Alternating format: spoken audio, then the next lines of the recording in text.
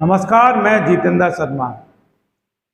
प्रधानमंत्री मोदी ने राजस्थान की राजनीति के लिए जो चौसर बिछाई और जो बिसात बिछाई भारतीय जनता पार्टी के जीत के लिए, उस जीत में अब भारतीय जनता पार्टी पूरी तरह से चक्रव्यूह में फंसती हुई दिखाई दे रही है। क्योंकि पहली लिस्ट जो 41 प्रत्याशियों उम्मीदवारों की जो जारी की थी, उसमें राजस्थान की आन मान सम्मान और स्वाभिमान वसुंधरा राजे सिंधिया, महारानी सिंधिया का कहीं नाम नहीं है।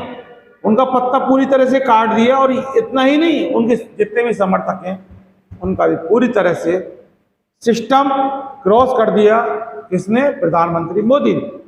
वो काम जो पहले आरएसएस करती थी टिकट बंटवारे का, वो तय करती थी कि किसको टिकट दिया जाएगा, लेकिन अब प्रधानमंत्री ने, क्योंकि आरएसएस की जरूरत तब तक पड़ी थी मोदी को, जब तक उस लहर में मोदी को स्थापित नहीं किया गया।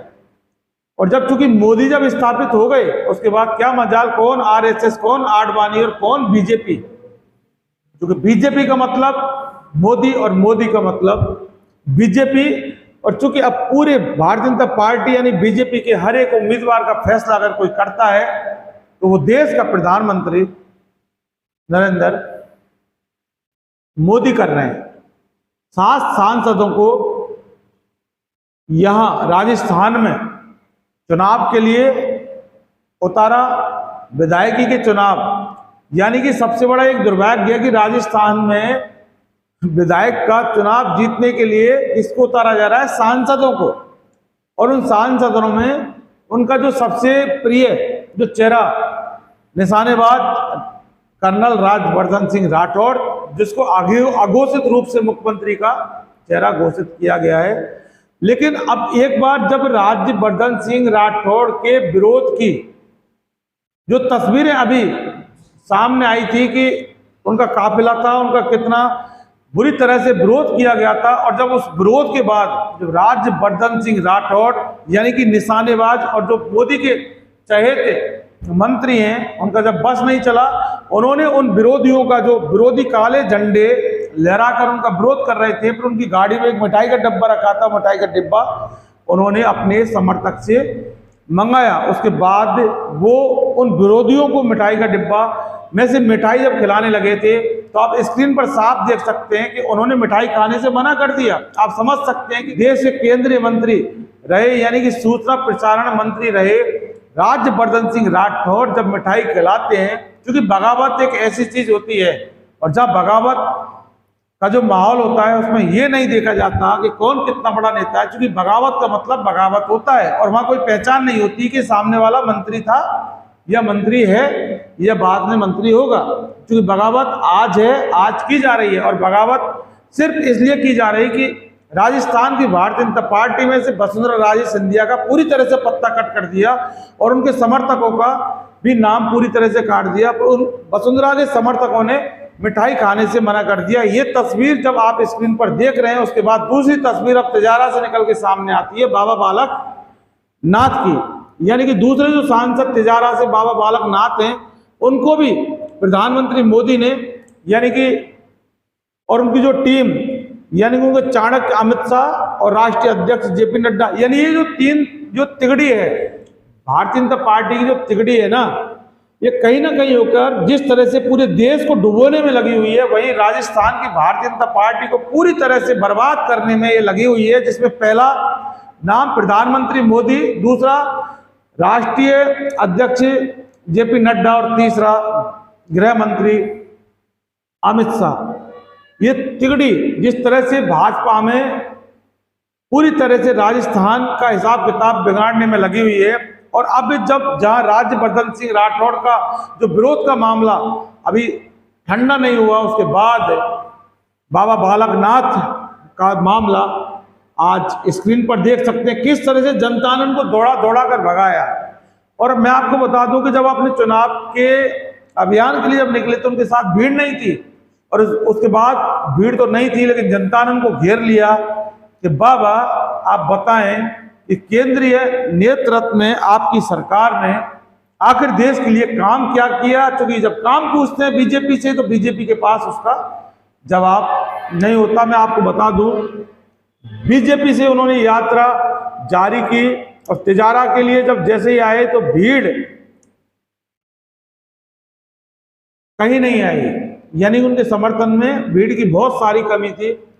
और जिस तरह से भीड़ नहीं थी, नुकसान पार्टी का होना है, नुकसान बीजेपी पार्टी का होना है, क्योंकि डैमेज कंट्रोल का मामला चल रहा है, तमाम नेता कवायद में लग रहे हैं, रूठे नेताओं को मनाने में लग रहे हैं। और जब जहां बाबा बालकनाथ की बात अगर की जाए तो वो नाथ संप्रदाय से आते हैं, और तमाम मंदिर मठों को ढोकने के बाद जब वो चुनावी प्रचार में निकले थे, लेकिन उनको नहीं पता कि बाबा बालकनाथ को भी राजस्थान की जनता, यानी कि उनके जिले की जनता इतना, और उनके क्षेत्र की जनता उनका इतना विरोध करेगी।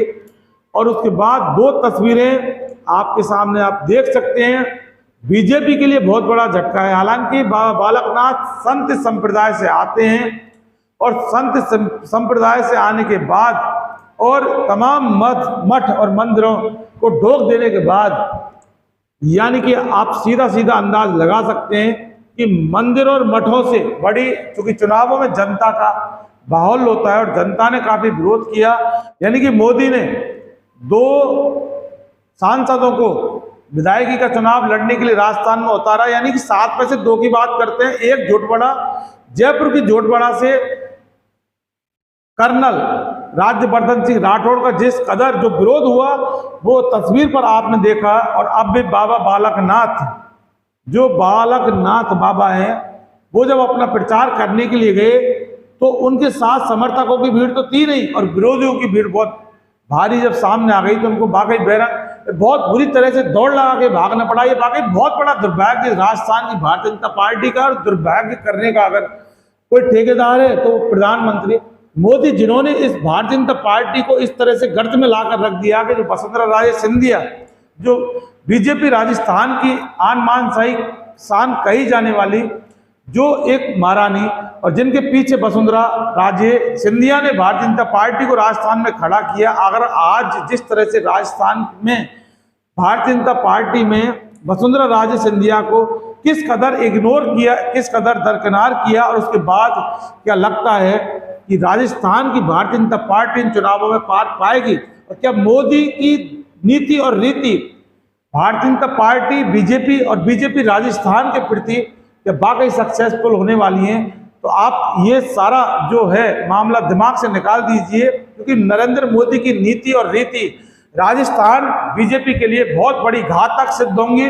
और चूंकि राजस्थान की बीजेपी की कल्पना वसुंधरा राजे सिंधिया महारानी के बिना नहीं की जा सकती, और पहली लिस्ट में वसुंधरा का नाम पूरी तरह से काट दिया और वसुंधरा के समर्थकों का नाम काट दिया, और जिस तरह से उसके बाद नाम काटने के बाद पूरे राजस्थान में जो विरोध के सुर और विरोध की जो लहर चली वो पूरे देश में आज एक दस्तावेज बनकर रह गई है।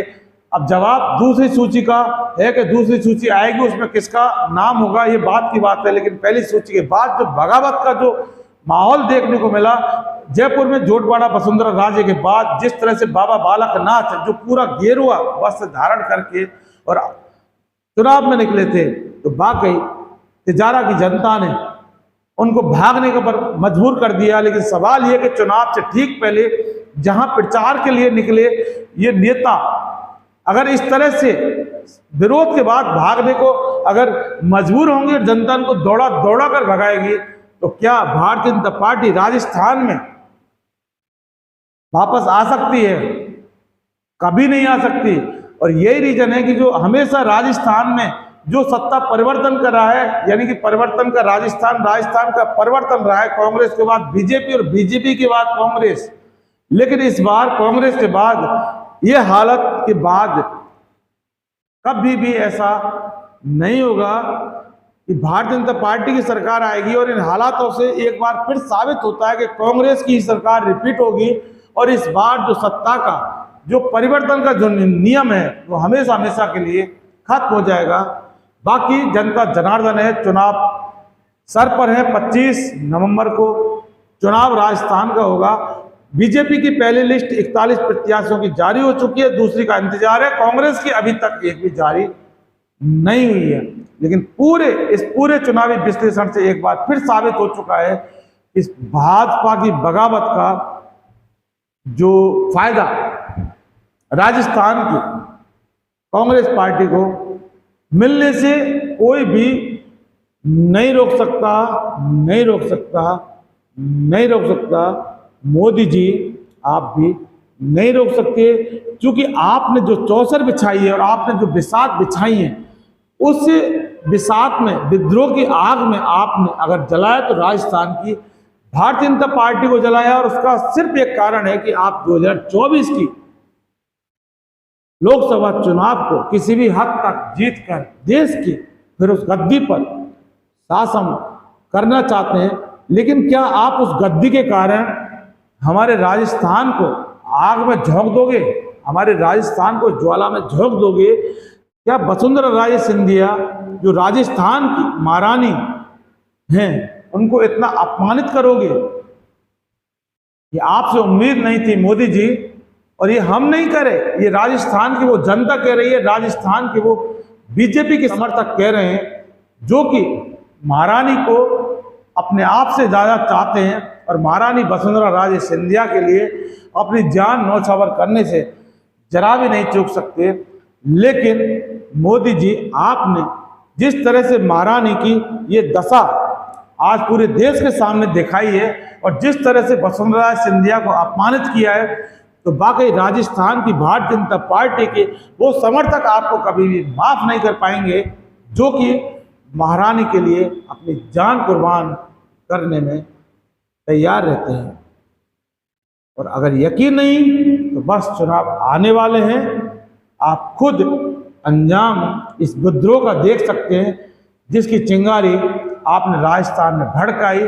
और वो चिंगारी किस तरह से मोदी जी ज्वाला में भड़क चुकी है, जो कि आप भी देख रहे हैं, हम भी देख रहे हैं, राजस्थान में देख रहा है, पूरा हिंदुस्तान में देख रहा है। लेकिन सवाल चिंगारी को सह देने वाला, चिंगारी को भड़काने वाला कौन? देश की जनता पूछ रही है, राजस्थान की जनता पूछ रही है।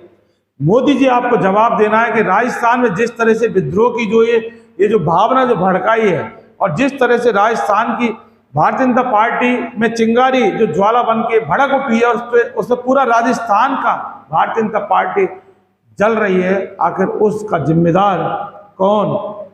जवाब आपको देना है मोदी जी, जवाब आपको देना है।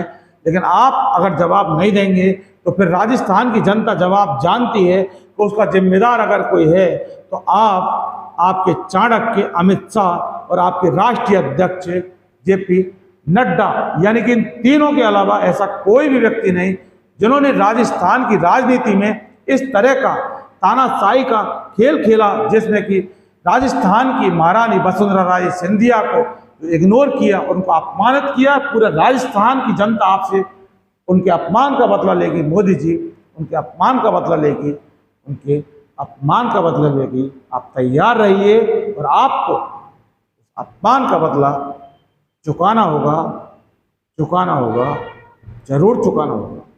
दोस्तों, इन्वेस्टिगेशन मीडिया चैनल को आपने अगर सब्सक्राइब नहीं किया तो फौरन कर लीजिए और नीचे बेल आइकन जैसी घंटी को जरूर दबाइए।